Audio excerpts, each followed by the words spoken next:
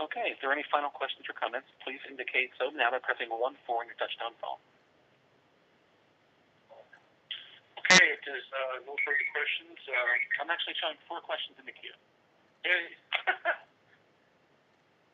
Okay, the next question is coming from Richard Bloom. Please announce your affiliation and pose your question. Yes, I'm an independent investor. Question is regarding the ANDA that you have pending with the FDA, like you mentioned, their inspection is pending on, I think. Is there any way you could provide some information about that product, maybe in general, in terms of what therapeutic area it's in, and maybe the size of the market, perhaps? Well, I think, once it's approved, which obviously we're hoping it's not too far down the road, we'll release the name of it and, more information on it. The only reason we don't say these things now is just for reasons that, when other people hear what you're doing and they try to do it. Again, hopefully it's not too far down the road when we'll get approval on it. At that time, we'll obviously fully release what the product is. I think the one you're talking about is the 4th product. It's like Aggie. Yeah, that's the one. And regarding Lotrain, your comments today seem pretty upbeat about its future. And when FDA first announced the recall, High-Tech had indicated that they might license an alternative product on a temporary basis before the Lotrain was approved. But they had not since disclosed any such licensing, and it's been about 5 months since the recall. So I'm wondering whether or not you've had any discussions with them, and maybe if that effort has ceased and they're placing their emphasis now in getting Lotrain back on the market.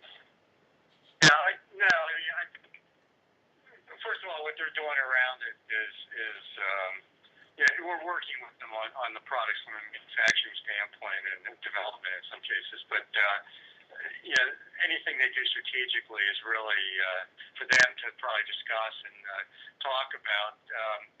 They have said publicly that they'll continue to work. They've already started a filing on the Lotrain product even prior to these things being pulled, and so they have said publicly that they're going to continue that, and we want to work with them and are working with them on how they're going to do the Lotrains in the future, and I think that's all we can say about it right now. Yeah, I just wanted to clarify that Lotrain was not recalled. It was discontinued by the FDA. So Lotrain is still allowed to be sold through the end of this month. And then after that, the sales will stop in the market. And any rough time frame as to when it might be back? Now, again, High-Tech will determine that. We will, even though we're working with them on the product. But there are a bunch of steps that have to happen before these products can come up back on the market. So it will be a reasonable period of time. Okay, thank you. Okay, our next question comes from David Silverman. Please announce your affiliation and pose your question. David Silverman, private investor. Gentlemen, my question is relative to the conversion of the preferreds. Are there any restriction on the sale of these preferreds, or is it possible we could expect tens of millions of shares to be dumped on the market? Well, much like the D, they can choose to convert out into common, and when they convert out, then they can choose to sell or not sell the common and hold the common. Typically, for example, when the D did it, they did sell when they were out there. The P and the C is not as large a number of shares, but so it's up to them. It really depends on how quickly they convert out too. Whether they come at one time or overtime when they do it.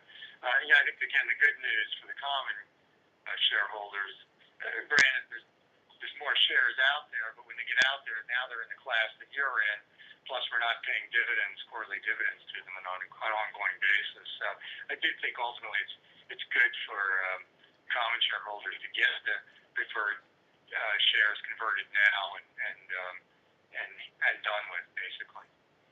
Do you have an estimate of the number of common shares, let's say by the end of this fiscal year, that'll actually be outstanding?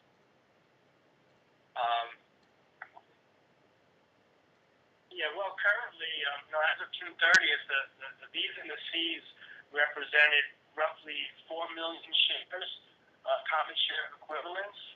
This is as of June 30th, and Series E was around 121 million or so common share equivalents. It's not our expectation that the E's are going to. Yeah, we're not expecting the E's to convert, and also this goes back to the proposal to increase the authorized shares, and why it's really important to point out that the increase in authorized shares is really just to accommodate what's already out there as far as potential conversion of the preferred and the warrants being executed. So we need to have authorized available for that. And I'd like to also note that the warrants that were issued to the Series E shareholders are cash warrants. So if they choose to execute those warrants, quite a bit of money would have to come into this company, which would be a good thing. Okay, I guess you answered my question. Thank you. Okay, and our final question comes from Mehdi Amari. Please announce your affiliation and pose your question. Actually, my question is I have 3 questions. First is how many employees now working for LA? 17. Right. So you I guess sir, you mentioned or someone else mentioned that you put some more resources for R&D for developing new products. So are you consulting or you're spending money somewhere else? And that I thought you probably had some resources. No, this is really just a reallocation of resources.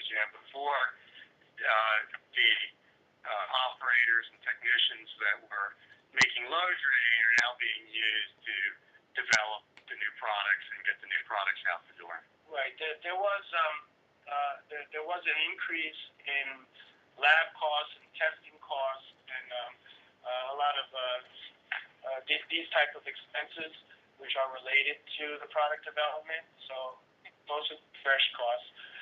On the other side, we had some employees or part-time employees which was solely developed which was solely dedicated to low drain production, and unfortunately they're no longer with us. So we're controlling costs in that way and trying to really focus.